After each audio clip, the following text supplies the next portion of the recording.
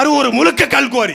350 வருஷம் ஆண்ட வெள்ளக்காரன் கொள்ளடிக்காத நம்முடைய மலைகளை இந்த திராவிட கொள்ளைக்காரன் அறுத்து அறுத்து கேரளாக்கு வித்துக்கிட்டு இருக்கான். சரி, சொந்த மண்ணுக்கு கல்குவாரி தேவைதான். நாங்க கல்குவாரி வேணாம்னு சொல்ல முடியாது. குழிப்பாறைகள்ல, தரை நிலங்கள்ல கல்குவாரி தேவை. வீடு கட்டுறது கல் தேவை, மணல் தேவை. அது தமிழ்நாட்டு தேவைக்கு பயன்படுத்தப்படுதா?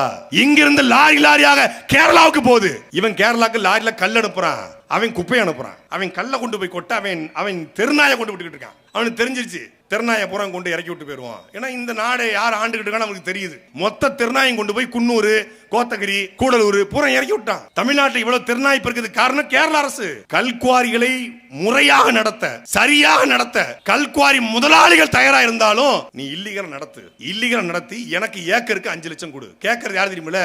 தமிழ்நாட்டினுடைய கனிமவளத்துறை அமைச்சர் ரகுபதி அவருடைய பிஎஸ் செய்யது. நான் ஆதாரத்தோட சொல்றேன். அவர் பிஎஸ் செய்யது, ரகுபதி அமைச்சருடைய பிஎஸ் செய்யது. ஒவ்வொரு கல்குவாரி முதலாளிக்கும் வாட்ஸ்அப்லாம் கிடையாது, டைரக்ட் கால்.